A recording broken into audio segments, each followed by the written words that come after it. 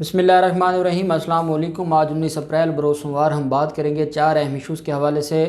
मुज़ाहिरीन ने लाल हवेली का घेराव किया है और वहाँ पर फिर रेंजर्स आई है और फिर रेंजर्स ने वहाँ पर कार्रवाई की है। वो डिटेल्स मैं आपके साथ शेयर करूँगा और वहाँ पे हालात कशीदा किए गए हैं। शेख रशीद के ख़िलाफ़ नारेबाजी की गई है। साथ हम बात करेंगे आज सुबह जो मुज़ाकरात हुए हैं और उसमें जो पेशरफ्त हुई थी वो भी मैं आपके साथ शेयर करूँगा। और आज बड़ी अहम शख्सियत की कोट लखपत जेल में हाफिज़ साद रिजवी के साथ मुलाकात है और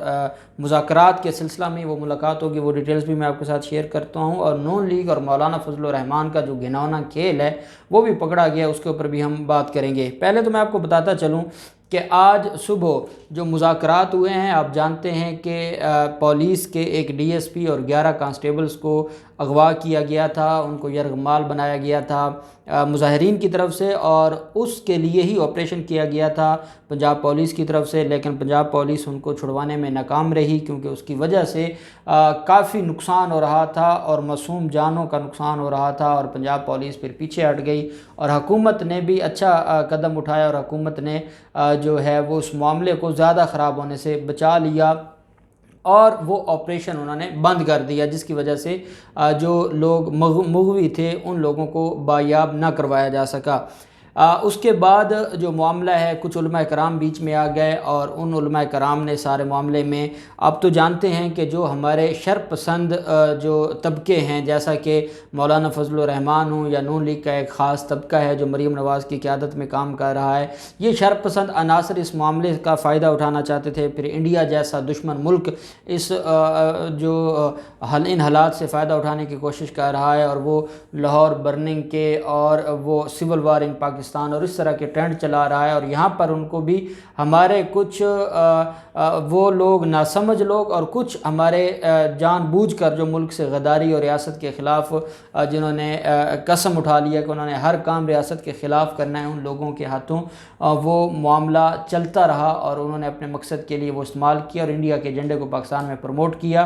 खैर, आज सुबह जब सहरी के बाद मुज़ाकरात होते हैं तो उन मुज़ाकरात में और एक डीएसपी और 11 कांस्टेबल्स को जो है वो बायाब करवाया जाता है और उनको जो मुज़ाहिरीन है वो छोड़ देते हैं और उसके बदले 2 जो उनके कोई सीनियर लीडर्स थे उनको भी छोड़ा जाता है पुलिस की तरफ से और इस तरीके से मामला वाइंड अप होता है। अब जो मामला है, क्योंकि इसमें बड़े खिलाड़ी आ गए हैं और शरपसंद खिलाड़ी आ गए हैं बड़े लेवल के, जिन्होंने जो तालिबान जैसे लोगों के साथ जिनका उठना बैठना था या जिनको प्रमोट करने वाले या जो इराक़ और लीबिया से फ़ंड लेते थे, अब वो लोग सामने आ गए हैं। तो ऐसे में अब रियासत ने देखना है कि सारे मामले को कैसे टैकल करना है, कैसे सारे के सारे मामले को बेहतर अंदाज से लेकर चलना है, क्योंकि अफ़हाम व तफ़हीम के बगैर कभी भी मसला हल नहीं होता। तालिबान के साथ जब बात होती थी, वज़ीर-ए-आज़म इमरान खान एक बात कहा करते थे कि तालिबान के साथ भी मुज़ाकरात होने चाहिए। तो मुज़ाकरात का ही रास्ता, आप अमेरिका को देख लें, अमेरिका ने इतना कुछ किया और उसके बावजूद वो मुज़ाकरात की तरफ आए। तो हम उम्मीद करते हैं कि ये मामला अफ़हाम व तफ़हीम से हल होगा। खून नहीं बहना चाहिए, खून बहेगा इस धरती पर तो जिसका भी बहेगा वो उस मुल्क का शहरी होगा और ये धरती उस खून को कैसे बर्दाश्त करेगी। दूसरी तरफ जो मौलाना फजल रहमान का किरदार है, मरीम नवाज़ और मौलाना फजल रहमान में रब्ता हुआ है और नवाज़ शरीफ तो पहले मौलाना फजल रहमान के साथ रब्ते में हैं। अब उन्होंने ये प्लान किया, पीडीएम तो उनकी ख़त्म हो गई है, अब उन्होंने ये मंसूबा बनाया है कि अब हम बैक करेंगे टीएलपी के मुज़ाहरों को और वहाँ पर अपने ख़ास तरह के लोग भेजेंगे और वहाँ पे हम ख़ास तरह के जो मामलात हैं उनको देखेंगे। अब आप अंदाज़ा लगाएं कि कल जब ये सारा कुछ होता है और कल जब सुबह नवाकोट थाने पर हमला किया जाता है, टीएलपी के लोगों का ये भी कहना है कि वो हमारे कारकुन नहीं थे, वो कोई और मुज़ाहिरीन थे। अब क्योंकि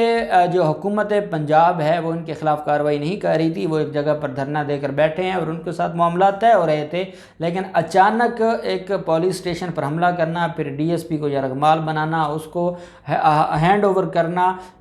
मुज़ाहिरीन के और फिर उन पर तशद्दुद करना, ये सारी की सारी चीज़ें प्री प्लान की गई हैं जो उन लोगों की तरफ से, शरपसंद अनासर की तरफ से। उसकी वजह यह है कि वो ये चाहते हैं कि ये मामला खामोश न रहे। अगर इनके ख़िलाफ़ कार्रवाई होती, अगर पुलिस वाले और उनको अगवा ना किया जाता तो ऑपरेशन ही ना होता। انہوں نے جو کل کے دن جتنا بینیفٹ اٹھانا تھا، جتنا انہوں نے ریاست کو بدنام کرنا تھا یا شہریوں کا جو نقصان ہونا تھا یا پولیس کا جو نقصان ہونا تھا، اس کے پیچھے یہ ایک بڑا گروپ ہے۔ اور اب مولانا فضل الرحمان اس بات پر آ گئے ہیں، جو اسرائیل جا کر ملاقاتیں تو کر آتے ہیں، لیکن اب ان کو یہ لگتا ہے کہ فرانس کے سفیر کو بھی ملک بدر کیا جانا چاہیے، اور جو یہ سارے کے سارے معاملات ان کو بھی حل ہونا چاہیے۔ حالانکہ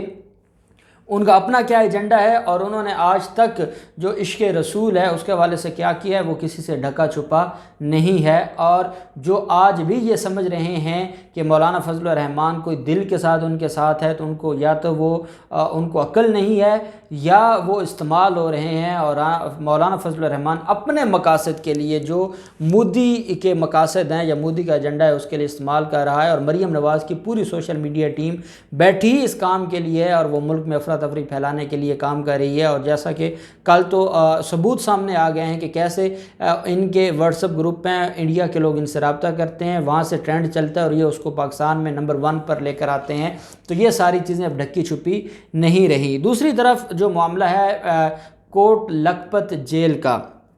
کوٹ لکھپت جیل میں آج شام ایک بڑا وفد جانے والا ہے، اور یہ اس وفد کی جو نمائندگی ہے وہ پنجاب قرآن بورڈ کے چیئرمین صاحبزادہ حامد رضا صاحب کریں گے، جو سنی اتحاد کونسل کے بھی وہ سربراہ تھے، اور وہ ایک فیصل آباد میں ان کا ایک بڑا نام ہے، اور ایک وہ بڑے بزرگ کے بیٹے ہیں صاحبزادہ حامد رضا صاحب۔ ان کی سربراہی میں یہ 9 رکنی علماء کرام کی ٹیم ہے جو کوٹ لکھپت جیل میں جائے گی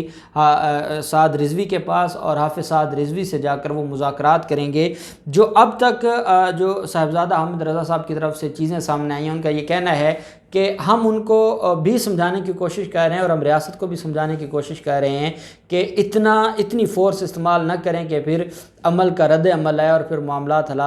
ہاتھ سے نکل جائیں۔ اور ساتھ ان کا یہ کہنا ہے کہ ہم حافظ سعد رضوی کو بھی یہ بتائیں گے کہ نقصان آپ کا ہو رہا ہے، فائدہ اگر تو ہو رہا ہے وہ مولانا فضل الرحمان یا مریم نواز کو ہو رہا ہے، لیکن آپ کا نقصان ہو رہا ہے، جماعت آپ کی کالعدم ہو رہی ہے، اثاثے آپ کے منجمد ہو رہے ہیں، آپ کے ایک کارکن کا نام 4تھ شیڈول میں ڈالا جا رہا ہے، تو آپ کو خود ہوش کرنا ہوگی، اور آپ اپنی جماعت کو جو آگے چل کے کوئی پازیٹیو جو ایک کنٹریبیوشن ہے ریاست کے لیے یا دین کے لیے وہ کر سکتی ہے۔ اگر اس طرح کے معاملات میں اس نے اپنے آپ کو ختم کر دیا تو پھر یہ معاملہ آگے نہیں چلے گا۔ ان کا یہ کہنا ہے کہ ہم ان کو بھی سمجھائیں گے حافظ سعد رضوی صاحب کو، اور ہماری کوشش ہوگی کہ آج شام جو کوٹ لکھپت جیل میں ملاقات ہو تو اس کے بعد یہ جو مذاکرات ہیں یہ کسی نتیجے پر پہنچیں اور وہ نتیجہ خیز ہوں۔ اور جیسا کہ آپ یہ بھی جانتے ہیں قومی اسمبلی میں گستاخوں کے خلاف قرارداد بھی پیش ہو رہی ہے، اور آج وزیر اعظم عمران خان قوم سے خطاب بھی کرنے والے ہیں۔ تو یہ سارے معاملات اس میں اب جو ان کی طرف سے پریس ریلیز جاری کی گئی، ان کا یہ کہنا ہے کہ موجودہ صورتحال پر غور و خوض کیا جائے گا ان کے ساتھ ملاقات میں، اور ساتھ ان سے گزارش کی جائے گی کہ وہ جو دینی جماعتوں کا وفد ہے وہ ان سے گزارش کرے گا کہ امن و امان کے قیام کے لیے اپنا کردار ادا کریں، اور ساتھ ان سے یہ بھی کہا جائے گا کہ 20 اپریل کی جو کال ہے اس کو واپس لیا جائے، اور ساتھ ہی کارکنان کو پرامن طریقے سے منتشر ہونے کا بھی حکم دیا جائے، اور ان کو بھی ریکویسٹ کی جائے۔ یہ کہنا ہے جو صاحبزادہ حامد رضا صاحب کا۔ میں سمجھتا ہوں کہ جب تک جو وہ علماء کرام جو امن کی بات کرتے ہیں، جو علم کی بات کرتے ہیں، جب تک وہ سامنے نہیں آئیں گے تب تک یہ مسئلہ حل نہیں ہوگا۔ اور اگر یہ جو مولانا فضل الرحمان جیسے لوگوں کے یا جماعت اسلامی جیسے لوگوں کے ہاتھ میں یہ معاملہ آ گیا تو پھر معاملہ مزید خرابی کی طرف جائے گا، اور ان کا جو پرتشدد ماضی ہے وہ سارے کا سارا معاملہ وہ نظام مصطفیٰ تحریک اور وہ ساری چیزیں آپ جانتے ہیں، اور اس میں پھر مولانا اینڈ کمپنی کا جو کردار تھا وہ بھی آپ جانتے ہیں، جماعت اسلامی کا کردار بھی آپ جانتے ہیں، اور وہ دوبارہ اپنا محاذ سنبھالنا چاہتے ہیں۔ ریاست کو بچانا ہے تو ایسے لوگوں سے ہمیں بچنا ہوگا، اور ہمیں معاملات کو بہتر طریقے سے سر انجام دینا ہوگا۔ دوسری طرف آج لال حویلی پہ حملہ کیا گیا ہے، اس کا گھیراؤ کیا گیا ہے، اور وہاں پر لال حویلی کے باہر شیخ رشید کے خلاف نعرے بازی کی گئی ہے۔ اب شیخ رشید کیونکہ وزیر داخلہ ہیں اور ان کی وقتاً فوقتاً اسٹیٹمنٹ بھی آتی رہتی ہیں، اور مذاکرات کے حوالے سے بھی شیخ رشید نے ہی جو ہے وہ اناؤنس کیا ہے، اور آج ان کی وزیر اعظم عمران خان سے ملاقات بھی ہوئی ہے موجودہ صورتحال پر، جس کے بعد وزیر اعظم عمران خان نے قوم سے خطاب کا فیصلہ بھی کیا ہے۔ شیخ رشید کی جو وہاں پر رہائش گاہ ہے لال حویلی، اس کا گھیراؤ کیا گیا، وہاں پر نعرے بازی کی گئی، اور ذرائع کا یہ کہنا ہے کہ وہاں پر پتھراؤ بھی کیا گیا،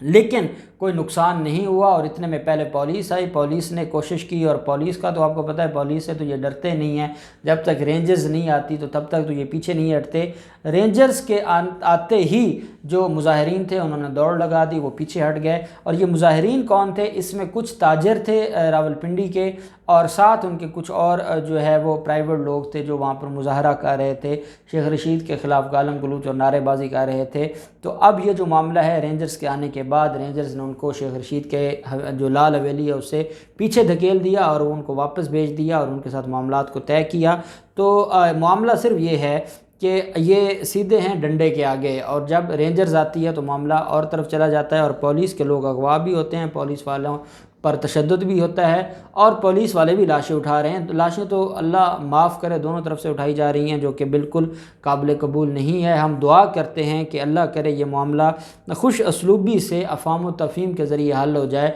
और अल्लाह पाक हमारे मुल्क पर रहम करे, और जो लोग किसी का नासमझी में आलाकार बन रहे हैं उनको भी अल्लाह पाक अक्ल दे, और जो इस मुल्क के दुश्मन हैं उनको निस्तो नाबूद किया जाए। बहुत शुक्रिया। अल्लाह हाफ़िज़। पाकिस्तान ज़िंदाबाद।